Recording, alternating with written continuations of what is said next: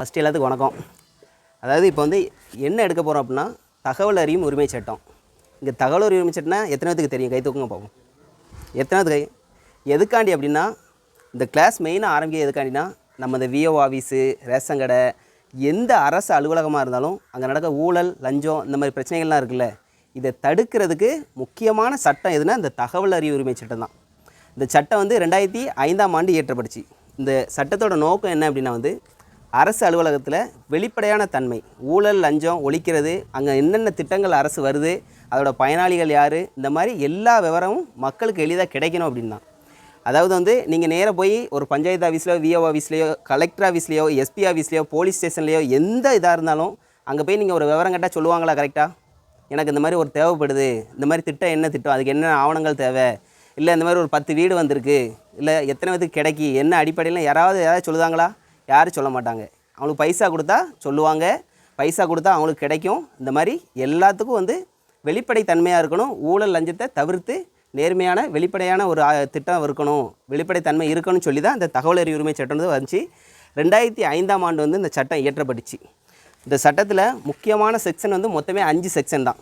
இது வந்து எதுக்காண்டி சொல்கிறேன் அப்படின்னா வந்து நான் ஷார்ட்டாக சொல்கிறேன், அதை நீங்கள் வச்சுக்கோங்க.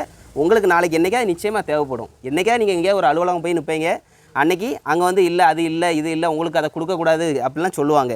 அப்போம்போது இந்த சட்டம் நிச்சயமாக உங்களுக்கு தேவைப்படும். அதை எடுக்கிறதுக்காண்டி தான் கிளாஸு. நம்ம தொடர்ச்சியாக வந்து இந்த ரேஷன் கடை பிரச்சனை, விஏஓ பிரச்சனை, பஞ்சாயத்து ஆஃபீஸ் பிரச்சனை, இந்த கால்நடை மருத்துவமனையில் அந்த பில்டிங் சரியில்லை அந்த பிரச்சனை, சொசைட்டியில் உரம் கொடுக்கல, இந்த மாதிரி தொடர்ச்சியாக பல பிரச்சனைகளுக்கு தீர்வு காணணும்னா அதுக்கு இந்த ஒரு சட்டத்தை நம்ம கையில் எடுத்து இங்கே இருக்க ஒவ்வொருத்தரும் மனு தாக்கல் பண்ணாலே வந்து அதுக்கு தீர்வு கிடைக்கும். அதனால தான் இது இப்போ வந்து 2005 அந்த சட்டம் இயற்றப்பட்டுச்சு. இதில் மொத்தமே 5 செக்ஷன் தான். அதாவது 5 செக்ஷன் நிறைய இருக்குது. மொத்தம் 5 செக்ஷன் தான் முக்கியமான செக்ஷன். 2J and 2Fனு ஒரு செக்ஷன் இருக்குது. என்ன அப்படின்னா வந்து எந்த ஒரு அலுவலகத்துலையும், அரசு அலுவலகம், இது வந்து தனியார் எந்த ஒரு இது மேலேயோ ஒரு தனிப்பட்ட நபர் மேலேயோ பதிவு பண்ண முடியாது. அரசு மற்றும் அரசு சார்ந்த அதிகாரிகள், போலீஸ்காரங்க யாராக இருந்தாலும் இந்த இதை வந்து ஃபைல் பண்ணலாம். இது வந்து எத்தனை இருக்குது, யாரெல்லாம் ஃபைல் பண்ணலான்னா இந்திய குடிமகனாக இருக்கக்கூடிய யார் வேணால் ஃபைல் பண்ணலாம். இத்தனை வயசு அப்படிலாம் கிடையாது. ஃபாரின்லேருந்து விசிட்டிங் விசாவில் ஒருத்தவங்க வராங்க, சுற்றுலா வராங்கன்னா அவங்க ஃபைல் பண்ண முடியாது. மற்றபடி இந்திய குடிமக்களாக இருக்கக்கூடிய யார் வேணால் ஃபைல் பண்ணலாம். இது என்ன அப்படின்னா வந்து ஒரு 5 செக்ஷன், அதை மட்டும் முக்கியமாக சொல்லுவேன். 2J and 2F இதோட இது என்ன அப்படின்னா 2F என்ன சொல்லுது அப்படின்னா வந்து எதை நீங்கள் வாங்கலாம் அப்படின்னு சொல்லுது.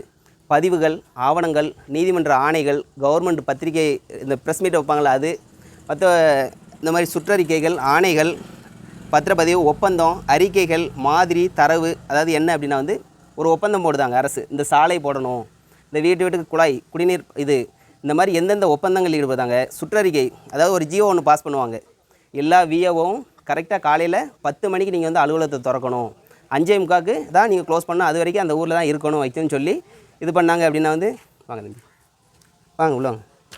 அந்த மாதிரி வந்து இருக்குது. இதெல்லாம் வந்து எப்படி தெரியும் அப்படின்னா அந்த மாதிரி இதெல்லாம் ஆர்டிஐயில் மனு தாக்கல் பண்ணி நம்ம வாங்கிக்கலாம். சரிங்களா? 2J அதாவது கள ஆய்வு செய்தல். இப்போ உங்களுக்கே ஒரு பட்டாக்கு அப்ளை பண்ணியிருக்கீங்க, அவங்க பட்டா மாற்றாமலே கையில் வச்சுருக்கிறாங்க அப்படின்னா நீங்கள் இந்த 2Jல 2Fல போட்டு இந்த மாதிரி இது பண்ணிக்கலாம். மனு எப்படி, இது வந்து கள ஆய்வுக்கான செக்ஷன். சரிங்களா? என்னாச்சு தம்பி? இது கள ஆய்வுக்கு பண்ணி நீங்கள் வந்து ஏதாவது தகவல் தரவுகளை பிறகு 2J 2F. மனு எப்படி தாக்கல் பண்ணணும் அதான் மெயின். இந்த இதில் வந்து மனு எப்படி எழுதணும் அப்படின்னா தகவல் அறிவுரை சட்டம் 2005 பிரிவு 6(1) வந்து மனு எழுதணும். எப்படி மனு எழுதணுன்றதை இதாக இருக்குது பார்த்தீங்களா? இதான் மாதிரி மனு. இது வந்து மாதிரி மனு. இதில் வந்து ஒன்றுமே இல்லை, தகவல் அறியும் உரிமை சட்டம் பிரிவு 6(1) மனு அப்படின்னு எழுதணும். சரிங்களா? அனுப்புனர் போட்டு உங்கள் பேர், கீழே முகவரி எழுதிக்கலாம். பெறுநன்ற இடத்துல பொது தகவல் அலுவலர். சரிங்களா? எந்த இப்போ வட்டாட்சியர் அலுவலகம் அப்படின்னா வந்து பொது தகவல் அலுவலர், வட்டாட்சியர் அலுவலகம் ஆலங்குளம்னு போட்டுக்கோங்க. இல்லை வேறு ஏதாவது வட்டார வளர்ச்சி பிடிஓ ஆஃபீஸ் அப்படின்னா பொது தகவல் அலுவலர், வட்டார வளர்ச்சி அலுவலகம் ஆலங்குளம்னு போட்டு, மாவட்ட ஆட்சித்தலைவர் அலுவலகம் பொது தகவல் அலுவலர், மாவட்ட ஆட்சித்தலைவர் அலுவலகம் தென்காசின்னு போட்டு இந்த மாதிரி எந்த அலுவலகம், இப்போ எஸ்பி ஆஃபீஸ் அப்படின்னா பொது தகவல் அலுவலர், மாவட்ட காவல் கண்காணிப்பு அலுவலகம் தென்காசி அப்படின்னு போட்டு எந்த அலுவலகமோ, இது வந்து இந்தியா ஃபுல்லாக நீங்கள் ஃபைல் பண்ணலாம். இந்தியாவில் எங்கே வேணால் ஃபைல் பண்ணலாம். சரிங்களா? இந்த மாதிரி போட்டு பண்ண வேண்டியதான். 10 ரூபா கோட் ஃபீஸ் ஸ்டாம்ப் போட்டுருவோம். டிடி எடுத்துக்கலாம், கோட் ஃபீஸ் ஸ்டாம்பு எதனாலும் ஒட்டிக்கலாம். ஆனால் நீங்கள் 10 ரூபா கோட் ஃபீஸ் ஸ்டாம்பை இந்த இடத்துல ஒட்டிக்கிறணும். சரிங்களா? பொருள்னாலும் பொருள் கொடுக்கலாம். இதுதான் இதில் என்ன அப்படின்னா வந்து கேள்வி எழுப்பு விதமாக நீங்கள் வந்து மனு எழுதக்கூடாது. என்னென்ன கேள்வினா வந்து இப்போ நீங்கள் ஒரு பட்டாக்கு கொடுத்துருப்பீங்க. இப்போ வந்து நம்ம கிராம சபையில் இருக்க நிறைய பேர் அன்றைக்கி போய் ஒரு தீர்மானம் நிறைவேற்றணும். இப்போ இந்த கிராம சபை குறித்து அந்த நம்ம தீர்மானம் நிறைவேற்றினாங்களா, அதில் என்ன நடவடிக்கை எடுத்துவேன்னு கேட்டிங்கன்னா, ஒரு மனு எழுதணும் அப்படின்னா வந்து எங்கே எழுதணும் அப்படின்னா வந்து பஞ்சாயத்துக்கு அதுக்கு மேலே உள்ள அலுவலகம் எங்கே? வட்டார வளர்ச்சி அலுவலகம். வருவாய்த்துறைக்கு அதுக்கு மேலே உள்ள அலுவலகம் வட்டாட்சியர் அலுவலகம். சரிங்களா? இப்படி இருக்குது. இப்போது இந்த பஞ்சாயத்து சார்பாக நீங்கள் எதுனாலும் அந்த தீர்மானம் நிறைவேற்றதோ இல்லாட்டி வேறு ஏதாவது ஒரு இது வந்து நீங்கள் வந்து மனு போட்டு நீங்கள் கேட்கணும் அப்படின்னா வந்து என்னென்னா வட்டார வளர்ச்சி அலுவலகத்துக்கு பொதுத்தலைவர் அலுவலர்னு போட்டு எழுதி இந்த மாதிரி வந்து ஜனவரி 26ஆம் தேதி அன்று நெட்டூர் இளைஞர்களின் சார்பாக நிறைவேற்றப்பட்ட தீர்மானங்கள் இல்லாட்டி நெட்டூர் கிராம மக்களின் சார்பாக எத்தனை தீர்மானத்தை நீங்கள் நிறைவேற்றினீங்க அதோட விவரம் தருகன்னு தான் எழுதணும். என்ன நடவடிக்கை எடுங்க அப்படின்னு கேள்வி கேட்கக்கூடாது, அப்படின்னா கொடுக்க மாட்டாங்க. அப்படின்னு தான் அதுதான் அப்படி இது பண்ணோம். இப்போ இது வந்து நான் வந்து விஓ ஆஃபீஸில் என்னென்ன ஆவணங்கள் பதிவேடுகள் வச்சுருக்கிறாங்க, அதில் இந்த மாதிரி விஓ வந்து அவங்க எங்கே வேலை பார்க்குறோம் அங்கே தான் அவங்க தங்கி இருக்கணுமா வச்சு அப்படி சொல்லி நான் இதில் என்னென்ன கேட்டிருக்கேன்னு பாருங்கள். விஓ அலுவலகத்தில் உள்ள பதிவேடுகள் மற்றும் ஆவணங்கள் விவரம் தருக அப்படின்னு சொல்லி, அப்புறம் அவங்க என்னென்ன விஓ வந்து என்னென்ன சான்றிதழ்கள் கொடுக்க முடியும் அப்படின்னு சொல்லி கேட்டிருக்கேன். விஓ பணிபுரியும் கிராமத்தில் தான் வசிக்க வேண்டுமா என்ற விவரம் கொடுங்க அப்படின்னு சொல்லி கேட்டிருக்கேன். அப்புறம் விஓ நில அளவை எல்லைகள். இப்போது இங்கே ஒவ்வொரு இடத்துக்கும் பிரச்சனை வரும், என் இடம் அங்கே வரைக்கும் இருக்குது, என் இடம் அங்கே வரைக்கும் இருக்குது. இது வந்து விஓவோட கடமை என்னென்னா அங்கங்கே எல்லா இடத்துலையும் எல்லைக்கல் வைக்கணும். பவுண்ட்ரி அவங்களுக்கு அந்த எல்லைக்கல் வச்சா தான் சர்வேர் நாளைக்கு வந்து அந்த கல்லை பிடிச்சி அளந்து பார்க்கணும். ஆனால் எந்த ஒரு விஓவும் அந்த மாதிரி வேலை பார்க்குறது இல்லை. அந்த மாதிரி இருக்கிறதுல என்னென்ன கடமைகள் பொறுப்புகள் இருக்குது அப்படின்னு சொல்லி எல்லாமே கேட்டு இது பண்ணியிருக்கேன். அதுக்கு வந்த பதில் என்ன அப்படின்னா வந்து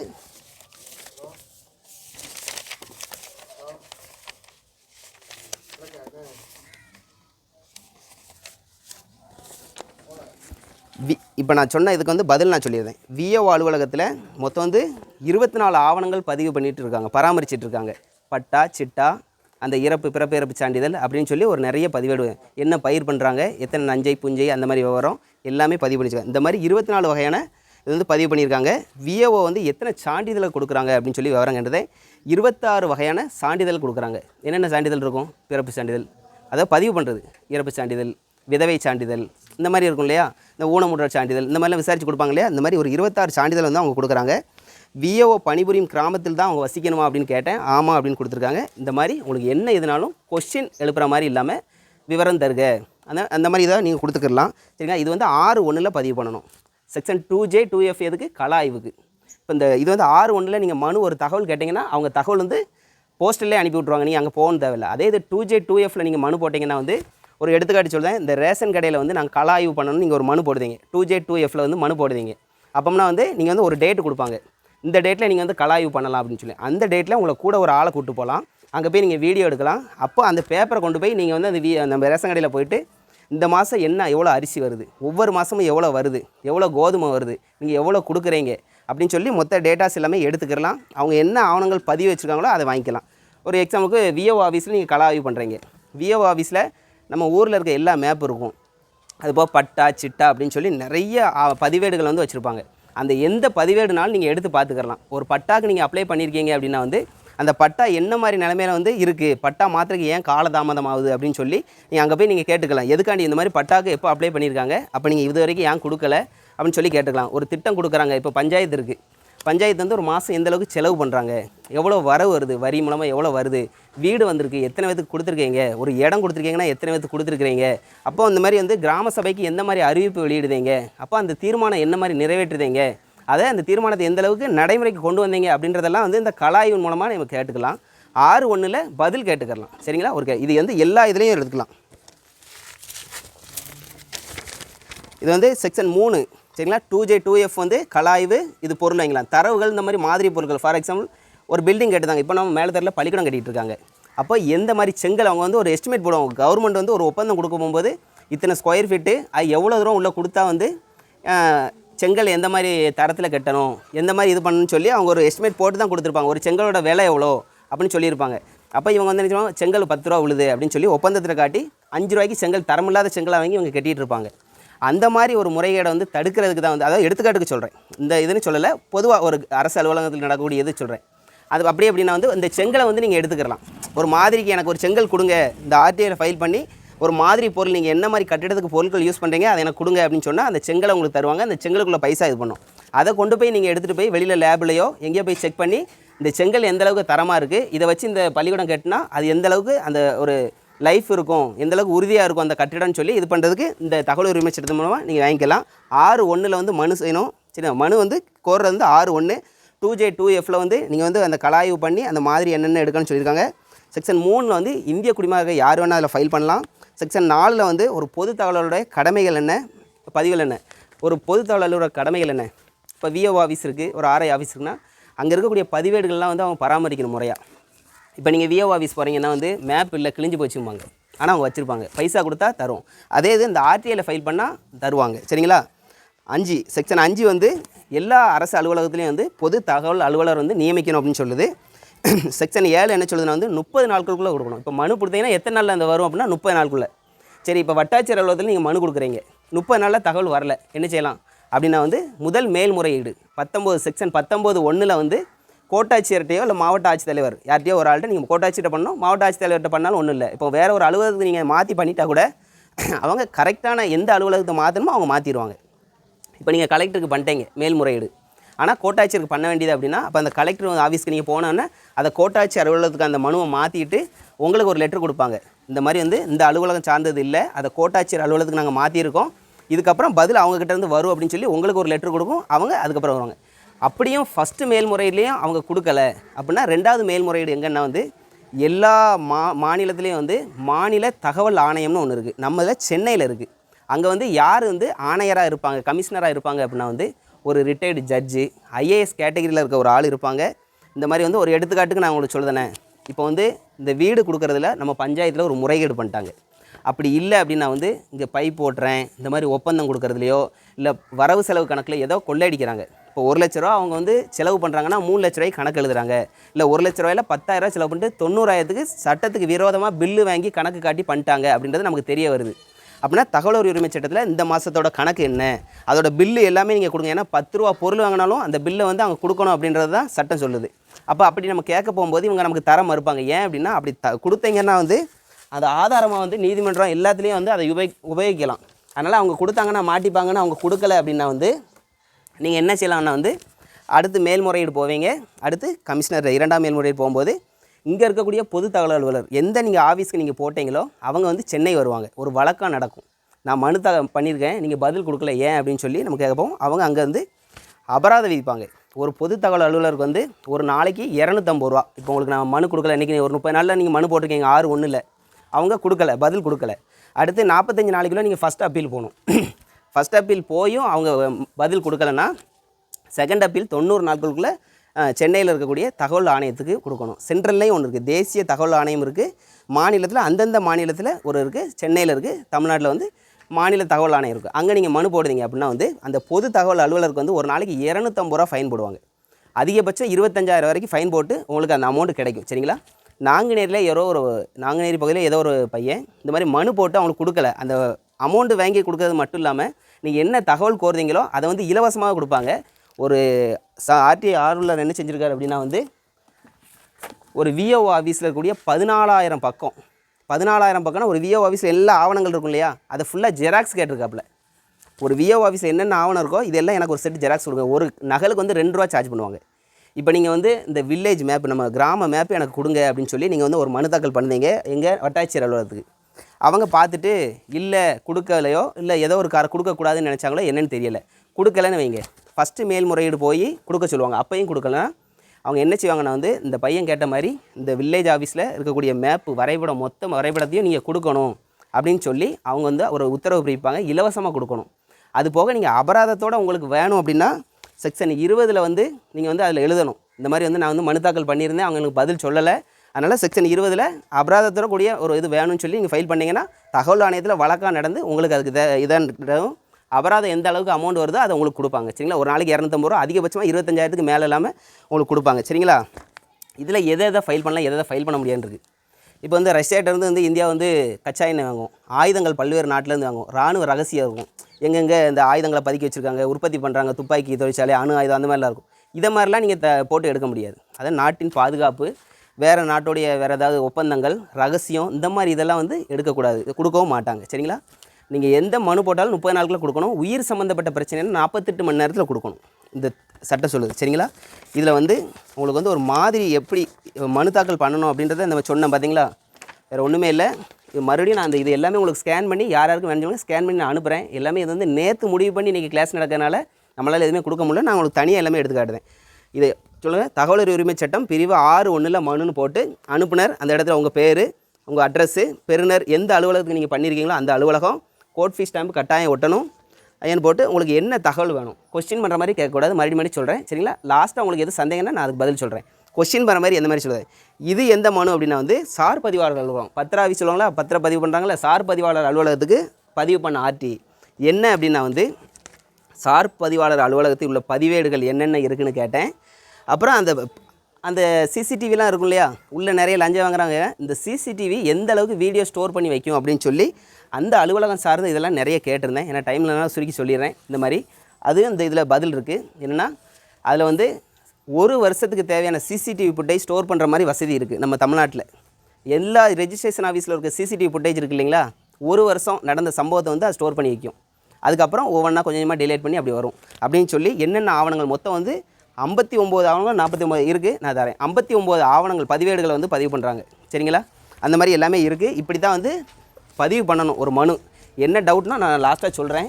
இதில் வந்து நான் வந்து இதை எப்படி பதிவு பண்ணணுன்னா, இந்த மாதிரி ஃபஸ்ட்டு மனு எழுதிட்டு கோட் ஃபீஸ் ஸ்டாம்ப் ஓட்டிட்டு கீழே கையெழுத்து போட்டுட்டு ஒரு ஜெராக்ஸ் எடுத்து அதை வச்சுக்கிறணும். ஒரு ஆள் பேர் பைக் மாற்றி அது வந்து அதில் கோட் ஃபீஸ் ஸ்டாம்ப்பு கையெழுத்துலாம் போட்டு ஒரு ஜெராக்ஸ் எடுத்து அதை நீங்கள் வச்சுக்கிடணும். எதுக்காண்டி அப்படின்னா வந்து சப்போஸ் அவங்க வந்து பதில் சொல்லலை அப்படின்னா வந்து முதல் மேல்முறையீடுக்கு போகணும் இல்லையா, அப்போ அந்த மனு ஒரு ஜெராக்ஸ் அட்டாச் பண்ணி அடுத்து ஒரு மனு எழுதணும் இல்லையா. தகவல் அறியும் உரிமை சட்டம் 19(1) முதல் மேல்முறையீடுன்னு எழுதுவீங்க இல்லையா. இன்ன கிழமை இந்த ஆஃபீஸ்க்கு வட்டாட்சியர் அலுவலகத்துக்கு நான் இந்த மாதிரி இந்த தகவல் கேட்டு நான் மனு தாக்கல் பண்ணினேன், ஆனால் அவங்க பதில் சொல்லலை அப்படின்னு சொல்லி நீங்கள் ஒரு இது பண்ணி அதுக்கு பேக் சைடு அந்த ஃபஸ்ட்டு யாருக்குலேயே நீங்கள் மனு பண்ண இதை வந்து அட்டாச் பண்ணணும் சரிங்களா.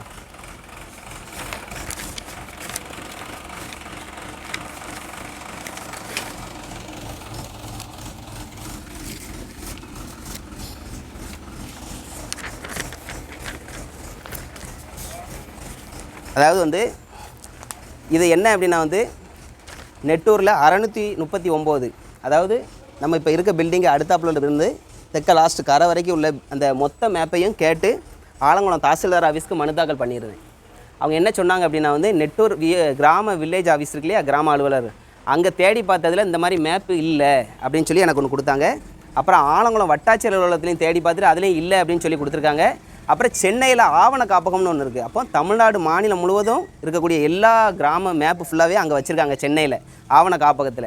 அவங்களும் என்ன சொல்லியிருக்காங்கன்னா நெட்டூர் கிராமத்தில் 37 நம்ம கிராம எண், அந்த இதில் வந்து 601 சர்வே நம்பருக்கு அதுக்கப்புறம் எந்த ஒரு இதுவும் இல்லை அப்படின்னு சொல்லி பதில் கொடுத்துருக்காங்க. ஆனால் இதே 639 உள்ள இது இப்போவும் வில்லேஜ் ஆஃபீஸில் இருக்குது.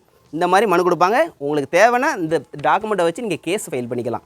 இந்த மாதிரி வந்து எங்கேயுமே இல்லைன்னு சொன்னீங்களே, இப்போ அவங்க இருக்க அப்படின்னு சொல்லி இந்த தகவல் அறியும் உரிமை சட்டத்தில் நீங்கள் வாங்கக்கூடிய ஒவ்வொரு தகவலையும் வச்சு நீதிமன்றத்தில் வந்து தவறான தகவலை கொடுக்கக்கூடாது. இதில் சரிங்களா, கொடுக்காமலும் இருக்கக்கூடாது. நீங்கள் நீதிமன்றத்தில் ஒரு ஆவணமாக தாக்கல் செய்யலாம். உங்கள் தகவலுக்காண்டி ஒன்று சொல்லுதேன். இப்போ அதில் பாதை இடிச்சிருக்காங்க தெரியுங்களா, எல்லாத்துக்கும் தெரியும்ல. இந்த பாதை எப்படி இடித்தாங்க அப்படின்னா வந்து 100% இந்த பாதை இடிக்கிறதுக்கு இந்த தகவல் அறியும் உரிமை சட்டத்தில் தான் நான் மனு தாக்கல் பண்ணி ஆதாரத்தை ஃபுல்லாக எடுத்தேன். அதாவது 2019 இந்த மாதிரி வந்து பாதையில் வந்து தொந்தரவு இருக்குன்னு சொல்லி ஒரு புகார் கொடுத்தேன். அப்போ வந்து தென்காசி பிரிக்கல திருநெல்வேலியில் இருந்துச்சு. ஒரு புகார் கொடுத்தேன். அவங்க விசாரித்து விஏஓ ஆர்ஐ எல்லோரும் வந்து விசாரித்து ஆமாம் பாதை அகலமாக இருக்குது, இந்த மாதிரி ஆக்கிரமிப்பு பண்ணியிருக்காங்கன்னு சொல்லி ரிப்போர்ட் எல்லாம் எழுதிட்டு போயிருக்காங்க. அப்புறம் 2021 தகவல் அறியும் உரிமை சட்டத்தில் இந்த சட்டத்தின் ஒரு ஃபைல் பண்ணுறேன். இந்த மாதிரி நான் ஒரு கம்ப்ளைண்ட் கொடுத்தேன், ஆக்கிரமிப்பு இருக்குது எல்லாம் உறுதி பண்ணீங்க, அதை நீங்கள் எடுக்கலை ஏன் அப்படின்னு கேட்டதுக்கு ஆலங்குளம் வட்டாட்சியர் என்ன சொல்லியிருக்கா அப்படின்னா வந்து வருவாய் ஆய்வாளர் மூலமாக அந்த ஆக்கிரமிப்பை எடுக்கிறேன்னு சொல்லி எனக்கு வந்து எழுத்துப்பூர்வமாக கொடுத்தாப்புல, ஆனால் எடுக்கலை.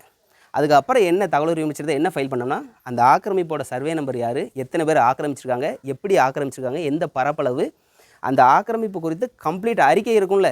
எந்த கம்ப்ளைண்ட் கொடுத்தாலும் ஒரு அறிக்கை தாக்கல் பண்ணுவாங்க. இப்போ கலெக்டர் ஆஃபீஸில் கொடுத்தீங்கன்னா தாசில்தார் ஆஃபீஸ் வரும், விஓ ஆஃபீஸ் வரும். விஓ வந்து விசாரிப்பாப்பில் அந்த இடத்துல விசாரித்து இங்கே என்ன பிரச்சனை இருக்குன்னு சொல்லி ஒரு தகவல் திருப்பி கொடுக்கணும். இப்போ அது தாசில்தார் ஆஃபீஸ் போகும், கலெக்டருக்கு போகும், அப்படி போகும் இல்லைங்களா. அதை அறிக்கையாக கொடுங்கன்னு சொல்லி ஒரு இதை ஃபைல் பண்ணேன். தெளிவாக கொடுத்தாங்க. யாருன்னா வருவாய் ஆய்வாளர் வட்டாட்சியருக்கு ஒரு அறிக்கையை கொடுத்துருக்காரு. என்னென்னா இந்த சர்வே நம்பரில் இந்த மாதிரி பொது பாதை இருக்குது, அதை இத்தனை அடி பாதை, இத்தனை பேர் ஆக்கிரமிச்சிருக்காங்கன்னு சொல்லி காலம் போட்டு தெளிவாக போட்டு கொடுத்ததை அந்த ஒரு ஆதாரத்தின் அடிப்படையில் தான் சென்னை உயர்நீதிமன்றத்தில் வழக்கு தொடுத்தேன். வழக்கு தொடுத்ததுனால தான் இந்த மாதிரி ஒன்று நடந்திருக்கு. இது எதுக்காக உங்களுக்கு இந்த மாதிரி எடுத்துக்காட்டலாம் சொல்கிறேன் அப்படின்னா வந்து நீங்கள் எந்த ஒரு இதுக்கு ஃபைல் பண்ணாலும் உங்களுக்கு தெரியணும் இல்லைங்களா, எதுக்கு ஃபைல் பண்ணலாம், அதனால் என்ன கிடைக்கி அப்படின்னு தெரியணும் இல்லையா. இப்போ நம்ம கிராம சபைக்கு போனோம், இப்போ அன்றைக்கி வந்து ஒரு 16 தீர்மானம் நிறைவேற்றணும். அதில் ஒரு 10 தீர்மானம் வந்து உடனடியாக நடைமுறைப்படுத்த முடியும். பெரிய நிதிலாம் தேவையில்லை. மறுபடியும் ஒரு 6 தீர்மானம் தான் பாலம் போடணும், களை ரெடி பண்ணணும் அப்படிலாம் சொல்லி கொடுத்து. இதை எதுக்காண்டி பண்ண மாட்டேங்காங்க யாராவது தெரியுமா? இப்போது ஒரு விஓ ஆஃபீஸ் இருக்குது. அவன் வந்து உங்களுக்கே தெரியும் எத்தனை மணிக்கு ஓப்பன் பண்ணுறாங்க. ஒரு விஓ ஆஃபீஸ் வந்து 10 மணிக்கு திறக்கணும், 5:45 மணி வரைக்கும் ஓப்பனில் இருக்கணும். ரேஷன் கடை இருக்குது, சாயந்தரம் 5 மணி வரைக்கும் ஓப்பனில் இருக்கும். அப்படி எதாவது இருக்கா? எதுக்கு இல்லை? இந்த நம்ம தலையாரி நெட்டூரில் சேர்ந்த தலையாரி எத்தனை பிரச்சனைங்க தெரியுமா? லஞ்சம். இங்கே இருக்க நிறைய பேர் பாதிக்கப்பட்டிருப்பீங்க, நிறைய பேர் கேள்விப்பட்டிருப்பீங்க. பைசா எதுக்கு அப்படி வாங்குறாங்க? இந்த தலையாரிகள்லாம் வந்து இவங்க பண்ணுற சேட்டைகள் வந்து தாசில்தாருக்கு சொல்ல வேண்டிய கடமை யார்? இப்போ குடிச்சிட்டு அந்த விஓ ஆஃபீஸில் அவ்வளோ பிரச்சனை நடந்துகிட்ருக்கு. நிறைய பேர் மேப்பு கொடுக்க மாட்டாங்க, அது கொடுக்க மாட்டாங்கன்னு என்கிட்ட நிறைய பேர் சொல்லியிருக்காங்க. விஓ எல்லாத்தையும் பேசியிருக்கேன். இந்த மாதிரி போனால் பைசா கொடுத்தா மேப்பு வருது. பட்டா மாற்றணுமா, பட்டாவில் பேர் எதுவும் தப்பாக இருக்கா, எதுக்குனாலும் பைசா கொடுக்குங்க. ஆனால் இந்த தகவல் உரிமை சட்டத்துப்படி நீங்கள் வந்து ஃபைல் பண்ணீங்க எல்லாமே இப்போ ஆன்லைன். அதனால தான் ஆக்குறாங்க. ஊழல் லஞ்சத்தை இது பண்ணாலே வந்து நமக்கு ஒரு நல்ல ஒரு இப்போ மருத்துவமாக இருக்கட்டும், கல்வியாக இருக்கட்டும், எதுக்குன்னு யாராவது யோசிக்கிங்களா? கவர்மெண்ட் வந்து எத்தனை லட்சம் கோடி ரூபா கடனில் இருக்குது, எத்தனை லட்சம் கோடி ரூபா செலவு பண்ணி ஒவ்வொரு துறைக்கும் இது பண்ணுறாங்க, திட்டங்களை அறிவிக்கிறாங்க. அதெல்லாம் ஏன் கிடைக்க மாட்டேங்குது? இளைஞர்கள் வந்து நமக்கு செல்லு, விளையாட்டு இந்த மாதிரி இருந்தால் போதும்னு நினைக்காங்க. ஒன்றும் இல்லை, ஒரு எடுத்துக்காட்டுக்கு சொல்கிறேன். இன்றைக்கி நம்ம வகுப்பு நடத்துகிறோன்னா எதுக்கு நடத்துகிறோம்? இதை நோக்கம் என்ன? இப்போ உங்கள்கிட்ட பேசி என்ன ஆக போகுது? இப்போ இந்த மாதிரி சட்டங்கள் மாதிரி எல்லாருமே இருக்கீங்கல்ல, அவங்கெல்லாம் நினச்சா கண்டிப்பாக ஒவ்வொருவரையும் திருத்தலாம். ஒரு 10 இளைஞர்கள் நீங்கள் ஒழுங்காக இருந்தீங்கன்னா, இப்போ நம்ம எத்தனை பேர் சேர்ந்து கிராம அந்த சபைக்கு மனு கொடுத்தோம், நம்ம எதோ விவாதம் பண்ணிகிட்டு இருக்கோம்ல, எத்தனை பேர் தேவையில்லாமல் பேசுகிறாங்க. எதுக்கு பேசுகிறாங்கன்னு நினைக்கிங்க? ஏன்னா அவங்க பண்ணுறது எல்லாமே தப்புன்னு எல்லாத்துக்கும் தெரியுது. மக்கள் எல்லாம் அதை பற்றி பேச ஆரம்பிக்காங்க. அதனால தான் அவங்க இது பண்ணுறாங்க. சரிங்களா? இந்த மாதிரி வந்து ஒரு தலையார் இது பண்ணுறான்னா உடனே நீங்கள் நினச்சிடணும். இப்போ நீங்களே போகிறீங்க, ஒரு வந்து பட்டா அந்த ஒரு விதவை சான்றிதழ் கேட்டு ஒருத்தவங்க அப்ளை பண்ணி கையெழுத்து போடல, எல்லாமே ஆன்லைனில் தான் அப்ளை பண்ணுறீங்க. அப்போ நீங்கள் உடனே இந்த மாதிரி தகவல் உரிமை சட்டத்தில் அந்தந்த வீட்டில் இருக்கக்கூடியவங்க எடுத்து இந்த மாதிரி இந்த கிழமை இந்த மாதிரி ஆன்லைன் அந்த காப்பி ரிசிப்ட் கொடுத்துருப்பாங்க.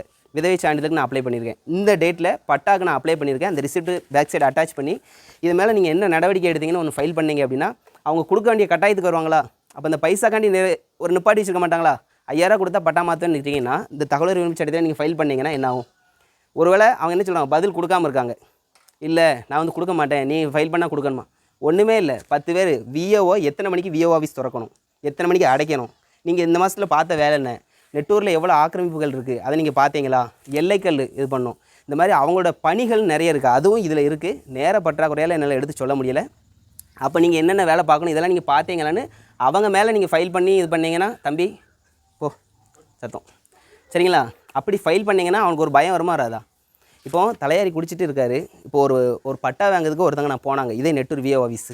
அந்த ஆள் இல்லை, அடுத்த ஆள் பட்டாவை கொடுக்கக்கூடாதுன்னு சொல்லுவாங்க. அதை அடுத்த ஆள்னா வேறு ஒருத்தர் பேரில் இருக்கக்கூடாது. முதல்ல ஒன்று சொல்லுங்கள், அரசு அலுவலகத்தில் இருக்கிற எல்லா பதிவேடுகளும் பொது ஆவணம். யாரும் கொடுக்கக்கூடாதுன்னு சொல்லக்கூடாது. அது வந்து பொது ஆவணம். சரிங்களா? அது வந்து யார் வேணால் நீங்கள் அந்த தகவல் உரிமை சட்டத்தில் நீங்கள் மனு போட்டு எடுத்துக்கலாம். இவங்கக்குள்ளே எடுக்கக்கூடாது, அவங்க யாரும் சொல்லக்கூடாது. பணத்துக்காண்டி அப்படி சொல்லுறாரு. நான் உடனே கூப்பிட்டு பேசி விஓ நேரம் வீட்டுக்கு வந்துட்டார். மறுநாள் வந்து அவர் சொன்னது என்ன அப்படின்னா வந்து, தம்பி இந்த ஊரில் இருக்கிறதுனால தான் அப்படி இருக்குது, இவன் குடிகாரன், பைசா வாங்கிட்டு ரொம்ப டார்ச்சர் பண்ணுறான். அப்போ அந்த விஓ தாசில்தார்கிட்ட சொல்லி அவனை மாற்றுறதுக்கு ரெடி பண்ணணுமா பண்ணக்கூடாதா? மாற்ற முடியுமா முடியாதா? ஏன் மாற்ற மாட்டேங்காங்க? ஏன்னா உள்ளூர்காரன் எது பிரச்சனை வருமானு விஓ இருக்காங்க. அதனால் அங்கே இருக்க எத்தனை பேர் பாதிக்கப்பட்டிருக்கீங்க. இப்போ நம்ம எதுக்காண்டி குரல் கொடுத்து எதுக்காண்டி பேசிகிட்டு இருக்கோம்? ஏதாவது ஒரு மாற்றம் நடக்கும் அப்படின்னால தான். நம்ம ஃபஸ்ட்டு நம்ம இளைஞர்களுக்கு ஒரு ஒழுக்கன்றது வேணும். நம்ம யார், நம்ம எதுக்கு இருக்கோம், குடிக்கிறோம், சண்டை போடுறோம், அதெல்லாம் தேவையில்ல. எத்தனையோ வன்முறையில் போக தானே செய்கிறோம். இப்போ ஒரு நல்லதுக்கு ஏன் போக மாட்டோம்? இப்போ சரக்கடிக்க வாங்கினா 10 பேர் உடனே வராங்க. அதே ஒரு கிளாஸ் வாங்க, இல்லை வேறு ஏதாவது பண்ணுவோம் வாங்கினா எதுக்காண்டி தயக்கம்? நம்ம பிறந்த ஊர் இல்லையா? சுதந்திரத்துக்கு எத்தனை வருஷம் போராடினாங்க? ஏறத்தாழ 300 வருஷம் போராடிருக்காங்க. ஏன் இப்போ வந்து ஒரு ஃபஸ்ட்டு ஆரம்பிச்சது யாரோ ஆரம்பிச்சிருப்பான், அவன் செத்தாலும் அதுக்கு அடுத்து கண்டினியூ பண்ணாங்க இல்லையா? அன்றைக்கி இந்த செல்லு இருந்துச்சா, இணையதளம் இருந்துச்சா, என்ன இருந்துச்சு? ஆனாலும் அவங்க ஒன்றா திரண்டி போராடினாங்களா?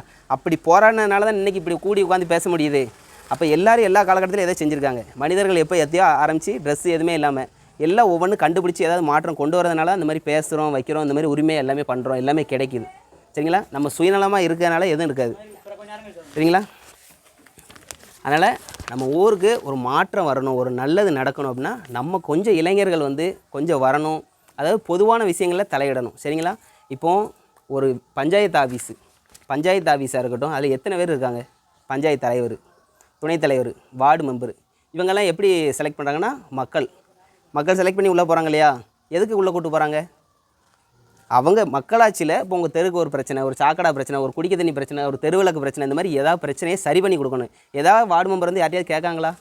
உங்களுக்கு ஏதாவது பிரச்சனை சரி பண்ணி கொடுங்க ஏதாவது கேட்காங்களா? வீடு எத்தனை வீடு வருது, அது யார் யாருக்கு கொடுக்க தெரியுதா? பைசா கொடுத்தா வீடு கிடைக்கும், பைசா கொடுத்தா இடம் கிடைக்கும், பைசா கொடுத்தா என்ன வேணால் நடக்கும். இதுதான் நடக்கிறது. சரிங்களா? அதை நம்ம மாற்றணும்னு சொல்லி தான் ஒவ்வொன்றும் பண்ணுறோம். அதுக்கு தான் இன்றைக்கி முக்கியமான கிளாஸ். அதுக்கு முக்கியமானது தகவல் அறியும் உரிமை சட்டம். இன்றைக்கி அவசரமாக இன்றைக்கி பண்ணதுனால மனு எழுத முடியல. இந்த எலெக்ஷன் முடிஞ்சதுக்கப்புறம் நம்ம அந்த கிராம சபையில் தீர்மானம் நிறைவேற்றணும் இல்லையா, அதை இந்த தகவல் உரிமை சட்டத்தில் மனு தாக்கல் பண்ணி அந்த தீர்மானத்தை ஃபுல்லாக நகலாக வாங்குகிறோம். நகல் கொடுக்கும்போது அவங்க என்னென்னு கொடுப்பாங்கன்னா தகவல் அறியும் உரிமை சட்டத்தின் கீழ் வழங்கப்படுகிறது சீல் பண்ணி சைன் பண்ணி கொடுத்துருவாங்க. அந்த இதை ஜெராக்ஸ் நீங்கள் எந்த உயர்நீதிமன்றத்தில் லோக்கல் கோர்ட்டு எங்கேனாலும் சரி ஆதாரமாக பயன்படுத்தலாம் அவங்களுக்கு எதிராகவே.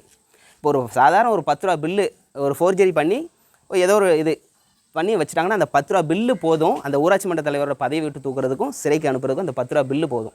இந்த தகவல் உரிமை சட்டத்தில் இந்த மாதிரி எல்லாமே கம்ப்ளீட்டாக வாங்கிக்கலாம். அன்றைக்கி தீர்மானம் நிறைவேற்றணும். எத்தனை தீர்மானம், என்னென்ன தீர்மானம், எல்லா அரசியலும் சிசிடிவி ஃபுட்டேஜ் வைக்கணும்னு இருக்கும். எதுக்காண்டி அப்படின்னா சரியான நேரத்தில் திறக்கிறது இல்லை. அவங்க இஷ்டத்துக்கு வராங்க, அவங்க இஷ்டத்துக்கு போகிறாங்க. சரிங்களா? அப்போது மற்ற இந்த பஞ்சாயத்தில் ஒரு பஞ்சாயத்து நினச்சா ஒரு கிராமத்தை நல்ல வளர்ச்சி பெற வைக்க முடியும். எவ்வளவோ பண்ண முடியும். இன்றைக்கி இந்த பஞ்சாயத்தில் இருக்கக்கூடிய ஒரு ஊராட்சி மன்ற தலைவர் நினச்சா எல்லா கிராமத்துலேயும் சிசிடிவி ஃபுட்டேஜ் மூலமாக வைக்கிறதுனால கரெக்டாக ஓப்பன் பண்ணுவாங்க, கரெக்டாக திறப்பாங்க. தேவையில்லாமல் வார்த்தை வராது. ஒரு மேலே பேசுகிற பொம்பளை ஒரு மாதிரி பேசுகிறது, லஞ்சம் கூட, அதெல்லாம் அந்த மாதிரி இதெல்லாம் தவிர்த்தரலாம். சிசிடிவி ஃபுட்டேஜ் வைக்கலாமா இல்லையா? பஞ்சாயத்து நிதியிலேருந்து எல்லாம் வைக்கலாம். எதுக்கு வைக்க மாட்டாங்க? ஏன்னா அவங்களே ஊழல் பண்ணிகிட்டு இருக்காங்க. எப்படி வைப்பாங்க? அதை நம்ம தான் எதிர்வரும் காலத்தில் கண்டிப்பாக அந்த தகவல் உரிமை சட்டத்து மூலமாக மனு தாக்கல் பண்ணி அந்த தீர்மானத்தை ஃபுல்லாக வாங்கி ஒரு பொதுநல வழக்கு ஒன்று தாக்கல் பண்ணுறோம். சரிங்களா? இன்றைக்கி மெயின் அதுக்கு தான். எதுக்கு இந்த இது, அதுக்கு அடுத்து நம்ம என்ன செய்யணும், எப்படியெல்லாம் இருக்கணும், எப்படி இருந்தால் மாற்றம் வரும். இப்போ நிறைய பேர் என்ன செய்வாங்க, எல்லாம் பைசா வாங்கிட்டு ஓட்டு போடுவாங்க, அது போடுவாங்க. நம்மளால் என்ன செய்யணும்னு நினைக்காங்க. என்ன செய்யணும்னு நம்ம என்றைக்குமே நினைக்காது. ஒரே ஒரு வழக்கறிஞர், ஒரு படித்த வழக்கறிஞரை சொல்லி ஏதாச்சும் ஒன்று செய்ய முடியாதுன்னு சொல்லுங்க பார்ப்போம். ஒரு காலமும் சொல்ல மாட்டாங்க. ஒரு வழக்கறிஞர் இருந்தால் ஒரு 10 பேர்த்தை திருத்தி அந்த 10 பேர்த்தை வச்சு அவங்களால என்ன வேணால் செய்ய முடியும். எதுக்காண்டி அப்படின்னா வழக்கறிஞர்னு நான் சொல்ல வரல, சட்டம் படித்த எல்லாருமே அவங்களை செய்ய முடியும். அதனால தான் நான் எல்லாத்தையும் சொல்கிறேன். சட்டம் படிங்க. இங்கே இருக்க நிறைய பேர் நான் படிக்க வைக்கேன்னு சொன்னாலுமே கூட ஏதோ வன்முறை வழக்கு அப்படின்னு போயிடுறாங்க.